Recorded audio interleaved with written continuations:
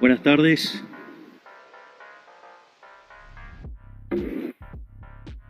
Si bien, digamos, vengo en carácter de presidente, dado lo intenso que está el debate sobre si hay atraso cambiario, no puedo dejar de ser economista. Así es que me parece relevante tener este debate porque, desde mi punto de vista, sacando raras excepciones, desde mi punto de vista, lo que están diciendo la mayoría de los analistas está mal. Por ende, lo que voy a hacer es mostrar por qué lo que dicen está mal. Lo que pasa es que yo lo llamé el dilema de las salvedades. Porque la verdad es que si no se hacen las salvedades, en rigor son unos chantas. Pero si las hacen, ¿para qué hacen este análisis si está mal? Esto es bastante complicado y el tema es que unos cuantos han currado durante muchos años con estos análisis berretas y entonces ahora, digamos, necesitan justificar o, digamos, a raíz de todos los errores que cometieron en diciembre, enero, y como le erraron, en lugar de aceptar que le erraron, entonces quieren forzar la realidad para clavar sus culpas. Entonces lo que yo propongo es un debate más serio, un debate intelectualmente honesto y plantear esto. Es decir, lo primero, y que me parece mucho más grave, es si yo voy a definir atraso, quiere decir que para definir atraso estoy comparando contra algo. Eso quiere decir que yo tengo que conocer el vector de precios de equilibrio de la economía. Eso significa que, dado que es una economía abierta, necesito conocer las preferencias de todos los agentes de la economía, sobre todos los bienes de la economía, las dotaciones y la tecnología, pero no solo para la economía argentina, sino para el mundo también. Si el pobre Hayek en este momento se estaría retorciendo en su tumba. No podría creer, digamos, el nivel de fatal arrogancia que tenemos en creer que podemos hacer esa cuenta. Es decir, a veces los modelos matemáticos son buenos para entender cómo funcionan las cosas, pero, digamos, de ahí a creérsela, de que venga y alguien me traiga ese vector de precios. Digamos, a ver si estamos hablando con alguien serio o estamos hablando con un chanta. Digamos, tendría bien que lean un poco a Hayek. Ahora, más allá de eso, de hecho, una de las cosas que decía Hayek, decía que una de las misiones fundamentales que tenían los economistas era contarle a la gente todas las cosas que no sabemos. Es decir, acá estamos pretendiendo creer cosas que no tenemos ni la más pálida idea. Pues yo le pido a cada uno de ustedes que definan sus preferencias, les puedo asegurar que, los veo complicado, digamos, definiendo los axiomas y esas cosas. En ese sentido, ahora, digamos, me voy a meter con la metodología. Entonces, digamos, el tipo de cambio real, digamos, que es en el fondo, digamos, el tipo de cambio por el nivel de precio internacional sobre el precio local, con lo cual ustedes van mirando la DEVA, la inflación internacional y la local, y con eso ven si el tipo de cambio se aprecia o no. Entonces, una de las cosas que hacen es tomar un tipo de, supongamos que lo quieren hacer más seriamente, entonces toman toda la serie, desde que nació Argentina, si ustedes quieren, y hacen ese promedio. Y el primer punto es definir el intervalo de la serie. Una es, bueno, decir, ¿de dónde arrancó? Ok. Ahora, el problema es que cuando ustedes están trabajando con un promedio, la realidad es que si esa serie tiene mucha volatilidad, el promedio no sirve de nada. Y si hay algo que caracteriza a Argentina es que justamente tiene mucha volatilidad. Y no es lo mismo el tipo de cambio real en los momentos de las crisis, donde, digamos, o sea, la moneda se deprecia muy fuertemente, o en los momentos donde hay confianza, donde se aprecia muy fuertemente. Y Argentina tiene todas esas características de volatilidad. Por lo tanto, tomar una medida promedio con ese nivel de volatilidad en la variable no sé, digamos, implica un calificativo poco elegante. Ahora, otros, digamos, es más, en otros casos además cortan la serie. Entonces la pregunta es, ¿por qué la cortás a partir de este año y no a partir del otro?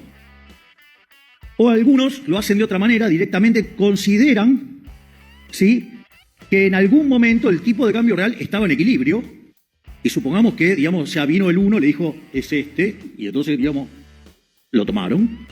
Digamos, o sea, tienen, digamos, son como una suerte de los Moisés de la economía, digamos, y le dio la info y le dijo, es este. Entonces, supongamos que le pasó alguna vez y después soy yo. Bueno. Ahora, supongamos que efectivamente le da ese número y saben ese número por algún misterio divino. Ustedes se dan cuenta que si toman ese tipo de cambio de referencia de ese momento, implica que ustedes hacia adelante están extrapolando las mismas condiciones de oferta y de demanda de cada uno de los bienes de la economía. Y yo les hago una pregunta. Si yo les diera el mejor teléfono celular de hace 10 años, ¿qué harían hoy con ese celular? No lo usan ni siquiera para desecho. ¿Se imaginan los primeros que eran como unos ladrillos? ¿Se acuerdan? O sea, se dan cuenta que esa extrapolación no tiene ningún sentido. Es decir, cambió la población, cambiaron las preferencias, cambiaron los bienes, cambió la tecnología, con lo cual es una extrapolación absolutamente idiota. Sí, con lo cual, y además, ustedes, de vuelta, y si lo quisieran hacer bien, necesitarían saber las preferencias, la tecnología, las dotaciones de los argentinos y del mundo, pero no solo ahora en términos estáticos, sino que además lo deberían conocer intertemporalmente, es decir, de acá hasta el fin de la historia de la humanidad. ¿No les parece que es un poquito arrogante creer que pueden hacer esa cuenta y definir alegremente, hay atraso? Digo, solo para considerar lo que dice ese numerito cuando miran el numerito. Ahora, ¿eso quiere decir que como economistas no podemos decir nada? No quiere decir que no podemos decir nada. Podrían haber formas o mecanismos indirectos para creer que hay algún problema o hay algún desequilibrio. Es decir, entonces, uno lo que tendría que hacer es, bueno, ¿qué entiende la profesión por este tipo de cuestiones y bajo qué circunstancias uno podría creer que se podría estar dando un desequilibrio que va a derivar en que nos peguemos un tortazo? Digo, para ponerlo de manera elegante.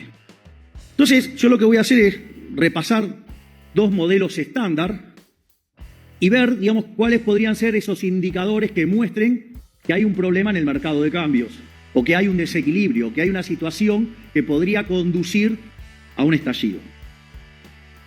El modelo, digamos, más convencional, más estándar, uno podría trabajar, con lo que es el modelo Mandel-Fleming y lo podría corregir para ponerle una curva de oferta, digamos, para que no dé, digamos, ese modelo tan tonto de solo ajuste de cantidades.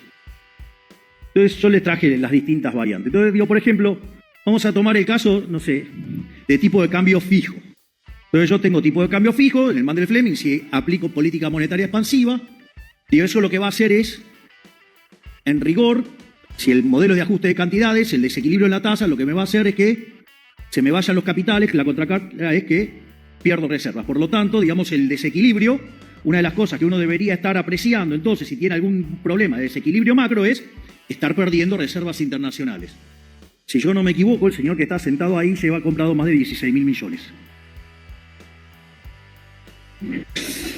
Parece que por ahí no va. Entonces, bueno, ahora vamos a suponer el caso de que ahora hacemos política monetaria activa, pero hay curva de oferta, digamos, vertical. Entonces, no solo que baja la tasa de interés y eso me genera salida de capitales, sino que además me hace subir los precios. Y en esa suba de los precios, además se me aprecia el tipo de cambio, se me deteriora la balanza comercial, con lo cual no solo que tengo pérdida de reservas, sino que además tengo deterioro de la balanza comercial y de la cuenta corriente. Y con los precios en tendencia alcista. Digo, no está pasando porque, digamos, estamos acumulando reservas y los precios vienen en sendero decreciente. O sea, la tasa de inflación se viene cayendo y, digamos, ninguna de estas cosas se manifiestan en pérdidas de reservas. No solo eso, sino, vean la deshonestidad intelectual de los que quieren que vaya mal porque le pifiaron. Si los pifiadores seriales, de vuelta, Miren, hay un analista político de Estados Unidos que cuando analizó la llegada al poder de nuestro espacio, seguramente muy influenciado por las cosas que se decían acá, como el dólar a 7.000, a 10.000, ¿no? Y todas esas cosas que decían, tenía una visión muy negativa. Y el hombre dice, miren, la verdad que me equivoqué. Y justamente no es alguien, digamos, un liberal libertario. Pero bueno, acá parece que, digamos, no es fácil reconocer, digamos, que se equivocaron. Y es más fácil, digamos, criticar hasta que se parezca, digamos, la cosa que predijeron.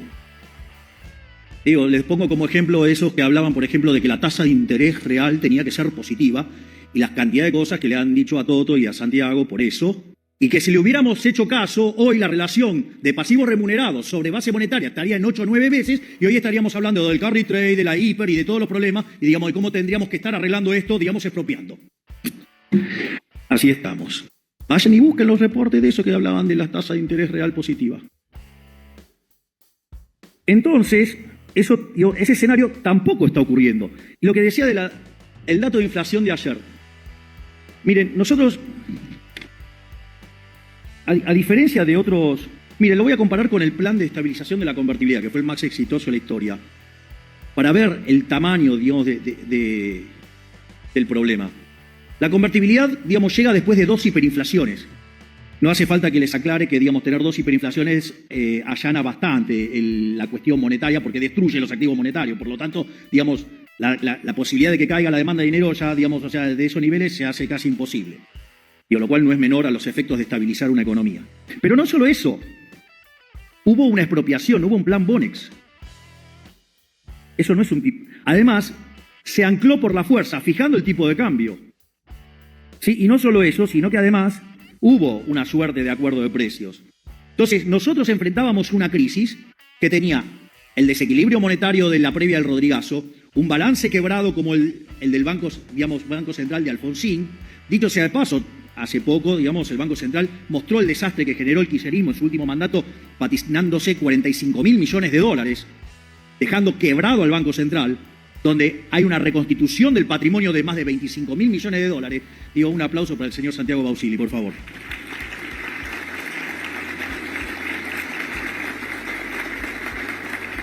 Y todo lo hicimos a mercado. Acá no hubo expropiación. Todo a mercado. Yo no tengo la culpa que no entiendan cómo funciona el problema del ancla nominal, el cual explicaré después. Entonces, y la realidad que nosotros estamos haciendo todo este proceso de estabilización, de desinflación, con corrección de precios relativos. Entonces, ¿por qué hablo de deshonestidad intelectual? Porque es cierto, digamos, la tasa de inflación ayer la conocimos, fue 8,8. Pero nosotros estamos recomponiendo precios relativos. No es que, digamos, o sea, no los estamos haciendo. Y cuando entonces ustedes miran la COR fue al 6,3. Cuando ustedes miran lo que está pasando con alimentos y bebidas, casi todos los indicadores están abajo del 3%. De hecho, digamos, la más común es, digamos, de hecho la de Fiel, digamos, dio 1,7. Es decir, está ocurriendo. Lo que pasa es que los que le pifiaron, es más fácil decir que no hay plan de estabilización. La pregunta es, si no hay plan de estabilización, ¿qué creen? ¿Que baja de casualidad la inflación? Digo, es verdaderamente insultante, digamos, para alguien que piense 2 minutos las cosas que están diciendo. Como verán, digamos, hoy vine un poquito más sangriento que lo de costumbre. Igual tengo más, aviso. Después, otro mecanismo es, digamos, utilizar la política fiscal activa. Es decir, entonces, en ese contexto yo estaría generando déficit fiscal, estaría haciendo subir la tasa de interés y eso haría que entren capitales, ¿sí? Y eso me aumentaría las reservas. Pero la realidad, digamos, que a nosotros la tasa de interés no la estamos subiendo. Nosotros, de hecho, la tasa efectiva cuando llegamos era de 250%. Hoy la tasa es del 40%. Por lo tanto, tampoco está funcionando de ese lado.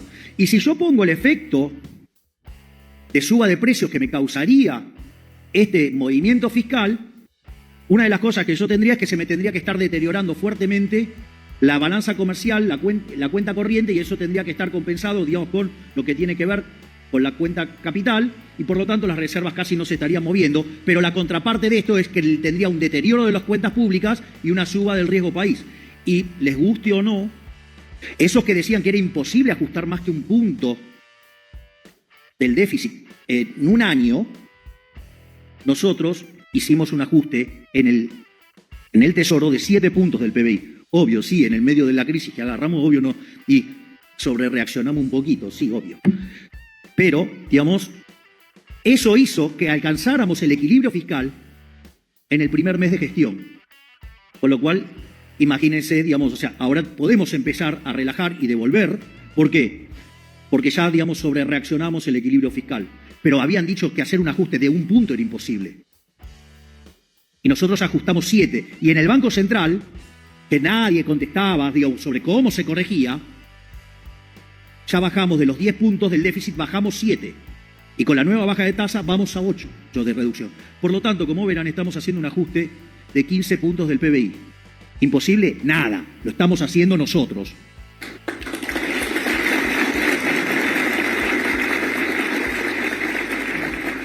Por lo tanto, digo, todas esas formas de endeudamiento, digo, ahora no nos endeudamos. ¿Por qué? Porque tenemos equilibrio fiscal. Tenemos equilibrio en la cuenta financiera. Eso significa que la deuda no sube. Si la deuda no sube, eso significa entonces que la relación deuda-producto no es creciente. Consecuentemente somos solventes. Y eso, digamos, el mercado se dio cuenta. El riesgo país de 2.900 cayó a 1.200. Los bonos que costaban $18 cuando ganamos, ahora cuestan 60. ¡Bravo!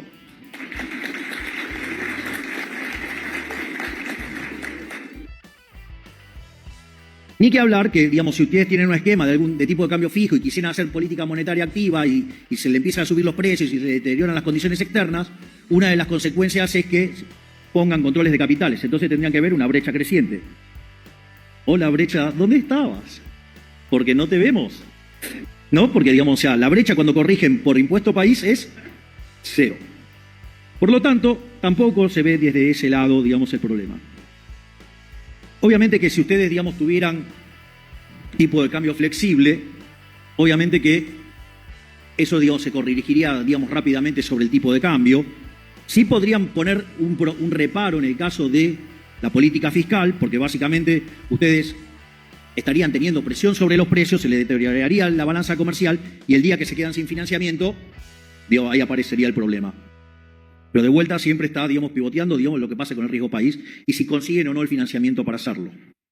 Pero, digamos, ese podría ser un caso que, digamos, pero tampoco, no hay déficit fiscal. El riesgo país está cayendo y no estamos perdiendo reservas y estamos necesitando el financiamiento de nadie. Ahora, yo, digamos, entiendo, digamos, uno me podría decir, bueno, este modelo no es un modelo de lo más elegante. Entonces voy a usar otro modelo. Un poquito más divertido. Lo más divertido que el modelo que es más divertido los va a dejar más en ridículo a los ridículos. Esa es la parte más divertida de esto. Porque es tan obvio lo que voy a contar que la verdad que la próxima vez que les venga un economista y le diga que hay atraso cambiario se le va a tener que caer la cara de vergüenza. O por lo menos si no escucho esta charla a ustedes se le van a matar de la risa en la cara y sabe que le está robando la plata. Una forma, digamos, de ver el problema de si el tipo de cambio está atrasado o no, es hacer un modelo con transables y no transables. Entonces el tipo de cambio real, si ustedes quieren, viene dado por el precio de los transables sobre el precio de los no transables.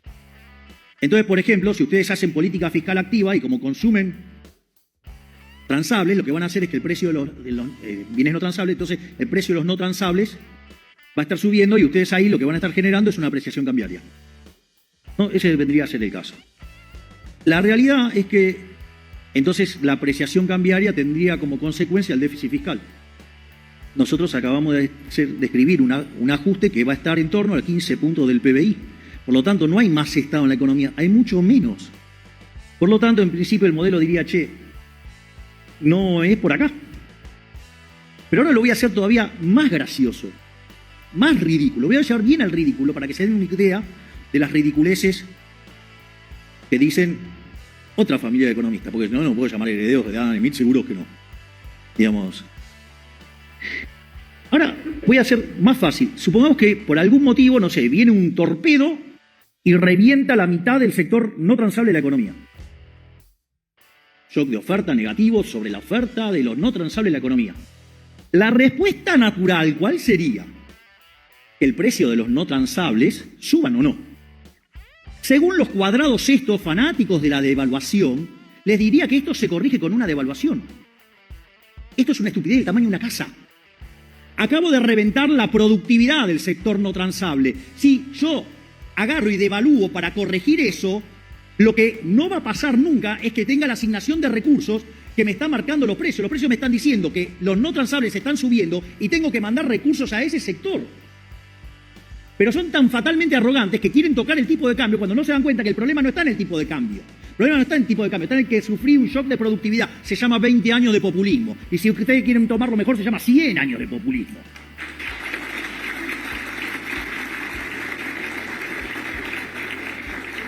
Y querer corregirlo devaluando, lo único que hace es aumentar la cantidad de pobres e indigentes y no resuelve el problema. Porque con esa devaluación lo que yo estoy haciendo es abortar el proceso en el cual yo reasigno los recursos. Es decir, yo digamos cuando yo limpio todo el sistema, sí va a dar cara Argentina en dólares, pero no se corrige devaluando.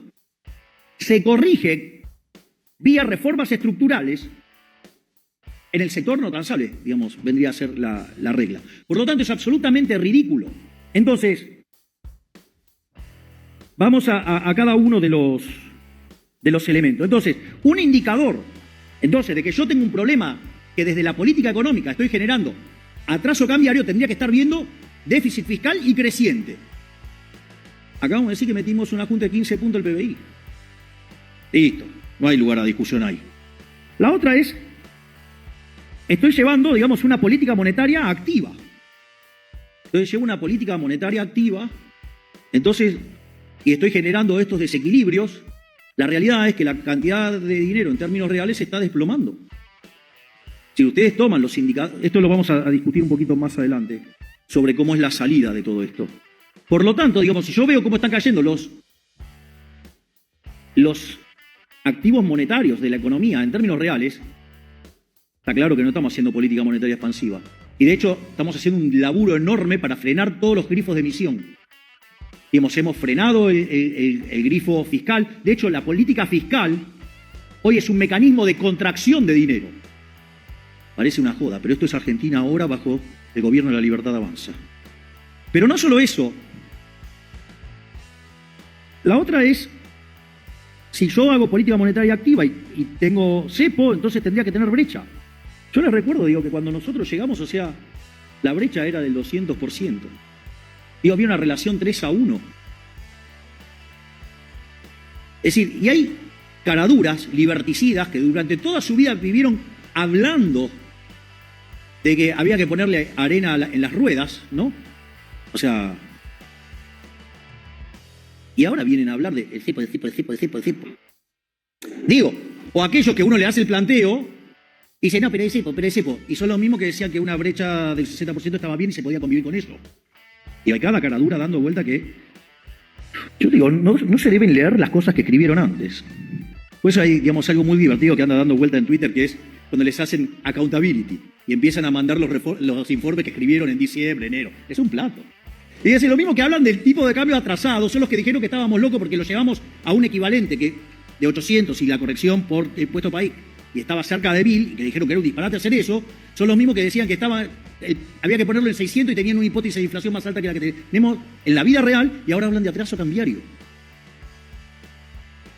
No cierra el modelo. No sé, o hacen matemática borrosa. El otro caso es el tema de las reservas internacionales. De vuelta, si tuviéramos un problema de atraso, tendríamos una sistemática caída de las reservas y no paramos de comprar. Y después el tema de los precios, ¿no? Donde claramente se ve el sendero decreciente de la inflación. Esto es interesante porque nosotros cuando llegamos, la primera semana de diciembre los precios corrían al 1 diario, que era el equivalente al 3.700% anual. En la segunda semana se aceleró a un poco más y eso anualizado daba 7.500. Y si ustedes se fijan, puede ser que mayorista sea publicado después que el IPC, pero en realidad es un indicador que se les adelanta el IPC. Y dio 54%, eso anualizado da 17.000. Y eso hubiera sido posible si hubiera habido convalidación monetaria. Pero la convalidación monetaria no se dio porque decidimos frenar la emisión, porque decidimos pararnos arriba del gasto público y meter el ajuste fiscal no más grande de la historia argentina, sino de la historia de la humanidad. Es decir, cosa que lo reconocen en todo el mundo, menos acá, porque la calidad del ajuste no es óptima. Le voy a decir algo. No, porque tiene mucho de licuadora y poco de... y tiene un poco tijerita. Yo le digo, digamos, o sea, primero, digamos, hemos recortado la obra pública, el hicimos cero, recortamos las transferencias discrecionales, no paramos de cortar choreos, digamos, llevamos la estructura del Estado a la mitad. No, pero es tijerita. ¿Qué tijerita? Estamos, digamos, recomponiendo tarifas, pero es tijerita. Los que decían que encima no se podía ajustar más que un punto. Y después les digo algo. Cuando la licuadora se convierte en permanente, es motosierra también. Es decir, digamos, a Toto, digamos, lo voy a llamar chanchito de yeso. Para sacarle un mango hay que romperlo todo, lo cual lo avalo. Y es un irrompible. Y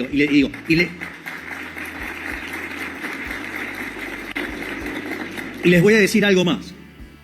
Si alguien lo quiere romper antes, me va a tener que romper a mí, porque yo no voy a entregar el resultado fiscal.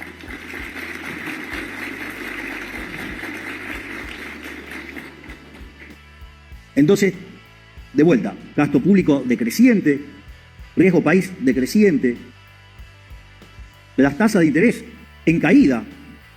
Por lo tanto, no le cierra el modelo. O sea, no hay elemento de teoría económica que fundamente el disparate del atraso cambiario. El problema de Argentina no es un problema de atraso cambiario. O sea, de vuelta, y esto es porque no saben, la mayoría son tan chantas que no saben qué es el problema del ancla nominal. Es así de brutal, y me consta.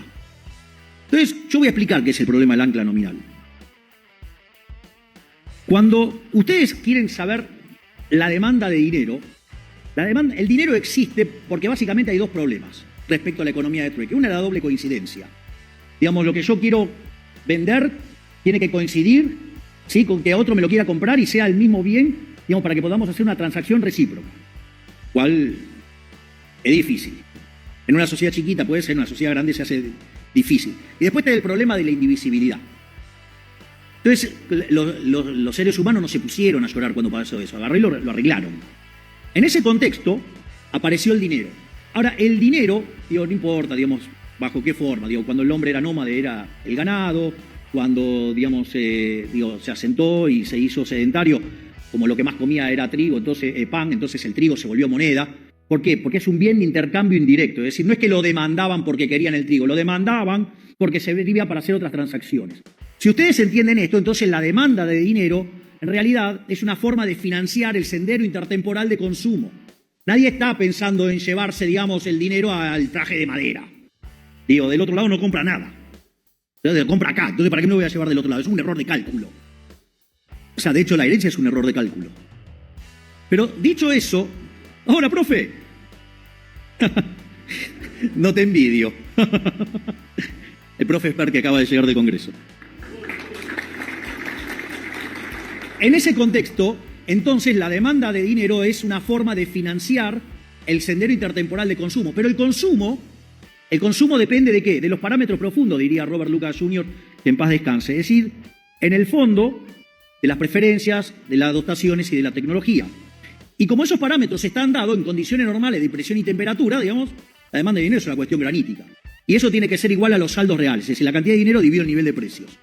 Entonces, ¿qué es el ancla nominal? Que yo fijo la cantidad de dinero, ¿para qué? Para que quede determinado el nivel de precios. De ahí la naturaleza monetaria de la inflación, que si yo emito, los precios suben. Y es eso el problema del ancla nominal, que la demanda de dinero está determinada por los individuos. Y al estar determinada por los individuos, no la puede, digamos, o sea, el Banco Central lo único que puede hacer es daño, no puede, digamos, hacer bien. ¿Por qué? Porque básicamente, digamos, eso es un parámetro que está ahí. Y si ustedes empiezan a joder con la tasa de inflación y de generar inflación y todo eso, digo, la demanda de dinero se empieza a mover, obvio, claro. Y ahí aparecen otros problemas. Pero básicamente ustedes fijan la cantidad de dinero, ¿para qué? Para que les quede determinado el nivel de precio. Entonces, cuando ustedes anclaron la cantidad de dinero, van a anclar el nivel de precio. A ver si se enteran. Nosotros, con el resultado fiscal, ¿sí?, lo que estamos haciendo es anclar, ¿qué cosa? La cantidad de dinero. ¿Y por qué todavía no abrimos el cepo? Porque tenemos mecanismos de emisión endógena, como ya sea los pases, como sea también los puts. El día que terminemos con los pases remunerados, digo que con las sucesivas bajas de tasa lo estamos eliminando. Una vez que también terminemos digamos, con el problema de los puts, una de las cosas que va a pasar es que la cantidad de dinero va a quedar fija y ahí se van a encontrar con el ancla nominal. Es decir, no es siempre, digamos, el tipo de cambio. Digo, no se puede ser tan cuadrado que creer que hay una sola forma de anclar la economía. Es claro que si yo fijo el tipo de cambio, dado los precios internacionales, me quedan determinados los precios locales y dada la demanda de dinero, endógenamente se determina la cantidad de dinero. Pero digo, no es la única forma de anclar. ¿Cómo digo voy a estar anclando el tipo de cambio si me dejaron 12.000 millones de dólares de reservas negativas? ¿Está claro? Entonces, todo esto lo que hace es desmitificar que hay atraso cambiario. O sea, no hay atraso cambiario. Es decir, lo que tengo son otros problemas. Tengo un problema de infraestructura. Por ejemplo, tengo un problema de infraestructura soft, es decir, tengo un problema de base contractual. Tengo un problema de infraestructura hard, o sea, tengo un problema de fierros. Y estamos trabajando con el DNU, con la ley, digamos, de bases, estamos trabajando en lo que tiene que ver con la infraestructura soft. Estamos buscando mecanismos, digamos, de iniciativa privada para corregir la infraestructura hard. Obviamente que tenemos cuestiones en la cuestión comercial y de a poco vamos liberando las restricciones. De a poco vamos abriendo. Si no es que no lo estamos haciendo. Una de las cosas que más nos ponderó el Fondo Monetario Internacional es cómo todos los días levantamos restricciones en el mercado de cambio. Todos los días levantamos. Ahora digo, no la vamos a hacer todas juntas. Y ahora digo, voy a explicar también por qué. Pero, digamos, hoy tenemos mucha menos restricciones. ¿Saben? Cuando nosotros llegamos de las importaciones se pagaba solamente el 15%. Hoy se paga el 70%. Pequeña diferencia, no se la dicen, ¿no? El 70%. Pero, entonces, de vuelta, nosotros terminando con el problema de los pases, cosa que está encaminada. Arreglando el problema de los puts, algo que el Fondo Monetario Internacional le permitió un mecanismo de financiamiento indirecto al gobierno anterior y que hizo la vista gorda y miró para otro lado y nos dejaron el pufo a nosotros, que es un mecanismo, digamos, es un put americano. O sea, cuando se le da la gana a los bancos me lo pueden ejecutar. Con lo cual, digamos, se me transforma en emisión monetaria. Con lo cual necesito corregir eso también. Y no solo eso, digamos, tenemos el problema de la deuda de los dividendos, donde el otro día, digamos, ya logramos limpiar 1.700 millones de dólares más. Es decir, lo que estamos haciendo, si ustedes fueran un administrador financiero, lo que estamos haciendo es calzar el flujo de fondos de divisas.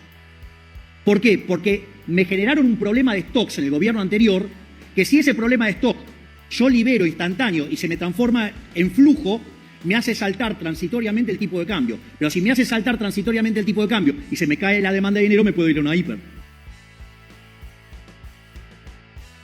¿Cuán cerca estamos de abrir? La verdad que estamos muy cerca de abrir. ¿Por qué?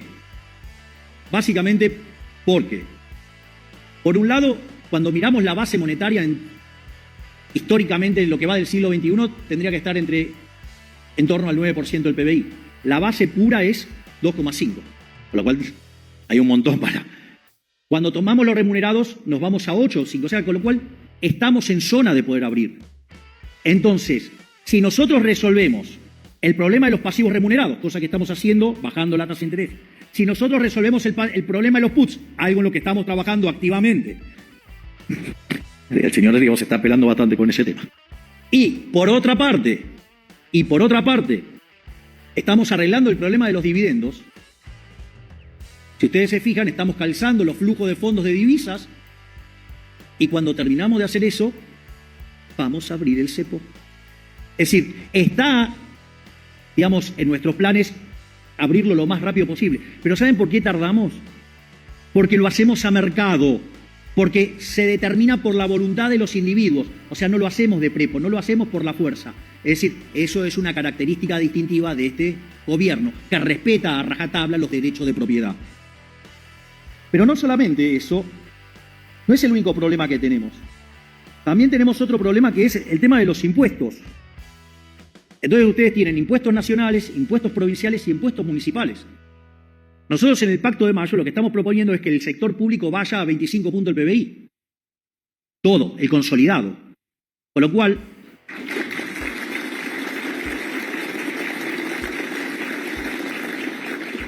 cual, la intención es bajar los impuestos. Y nosotros tenemos la intención de bajar los impuestos. Y le voy a mostrar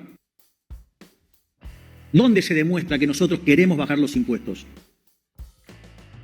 Primero, si lo miro a la Rothbard o a la Friedman, digo, cuando miro el tamaño del sector público, esa es la verdadera carga fiscal. Y con todo lo que hicimos de bajarlo, digamos, evidentemente, digamos, devolverle 15 puntos al sector privado, si en la transición cambiamos algún tipo de impuesto, es un tema de segundo orden, porque en el neto bajaron un montón. Pero dicho esto, vamos por los impuestos explícitos.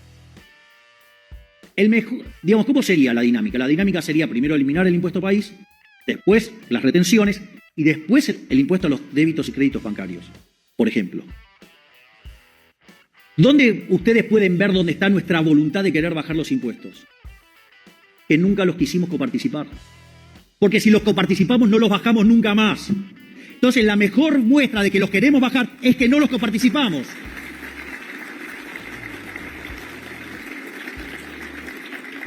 Pero de vuelta, no somos nosotros solos. Nosotros tenemos la voluntad de bajar los impuestos. En la medida que la economía empiece a rebotar y empiece a crecer, los vamos a ir bajando. No tengan dudas. Pero no somos solo nosotros, estamos en un país federal. Y eso también lo tienen que incorporar. Es decir, no me pueden pedir a mí que yo haga lo que tiene que hacer un municipio, ni menos tampoco una provincia. Entonces, a veces, piden cosas que no están dentro de la función. Entonces, la realidad es que una vez que nosotros hagamos todo esto, si ustedes se fijan, lo que va a ocurrir es que si terminamos de limpiar el tema de los pasivos remunerados, si terminamos con los puts y además terminamos de limpiar los dividendos, lo que va a pasar es que a partir de ahí nosotros frenamos todos los grifos de emisión monetaria. Es decir, no se emite por fisco porque tenemos superávit fiscal, no se emite por sector financiero porque no tenemos estos mecanismos de emisión endógena y no se va a emitir por sector externo, es decir, vamos a ir a un tipo de cambio flexible. Esto no es menor, porque el ancla en pesos, ¿cuál va a ser? Va a ser justamente la cantidad de dinero, la cual no se va a mover. Es más, nosotros vamos a mandar una ley de emisión cero para que cuando se emita dinero vaya preso el presidente del Banco Central, el directorio del Banco Central, el ministro de Economía, el presidente de la Nación, y todos los diputados y senadores que aprueben una porquería de esas características. Y al mismo tiempo vamos a lanzar una competencia de moneda. Entonces, cuando la economía se empiece a expandir, ahora van a llorar más los del atraso cambiario, ahora se van a poner a llorar, o sea, van a tener que sentir vergüenza. Lo otro que vamos a hacer es que vamos a alargar la competencia de monedas. Por lo tanto, en la medida que la economía se expanda, es decir, y el sendero de consumo se haga más grande, en monto de consumo, asumiendo el mismo tiempo, porque ya dijimos, no sabemos el tiempo, por eso dijimos que la herencia es un problema de cálculo. Entonces, eso lo que va a hacer es incrementar la demanda de dinero. Pero nosotros no estamos poniendo pesos en la economía. Entonces, ¿cuál es la consecuencia? Que la economía se va a empezar a monetizar endógenamente por los propios individuos, poniendo, si ustedes quieren, más dólares adentro de la economía o la moneda que ustedes se le den la gana. Por lo tanto, vamos a ir a un régimen donde el peso va a quedar fijo y ustedes van a elegir la moneda que ustedes quieran. Todas las monedas van a competir contra el peso. ¿Le gusta el tipo de cambio de la canasta de moneda? Bueno, en lugar que lo determine un burócrata, los ponderados, los va a determinar ustedes mismos con sus decisiones. Es decir, se acabó el problema de la apreciación cambiaria. Eso sí, el peso va a estar como una roca, porque no se mueve. Pero ustedes van a poder elegir en qué moneda van a hacer las transacciones. Y que en la medida que la economía se expanda, la cantidad de pesos relativamente va a ser más chica. Y cuando ustedes se den cuenta, va a ser tan chica la cantidad de pesos, que puedo dolarizar o la economía o cualquier esquema monetario de eso y eliminar el Banco Central, y se terminó la posibilidad de que cualquier político ladrón de este país los vuelva a robar con el impuesto de los ingresos.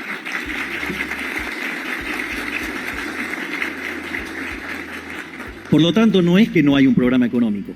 Si son miopes, no es mi culpa. Si son ignorantes, no es mi culpa. Porque de vuelta, eso que dicen, no, tiene que tener una matriz productiva proyectada. Digo, no soy Leontiev, no soy comunista, soy liberal. Creo que los artífices del futuro son ustedes. Por lo tanto, no le pidan peras al olmo. No voy a ser un intervencionista, voy a ser un liberal libertario y creo que ustedes son los creadores de riqueza. Muchísimas gracias.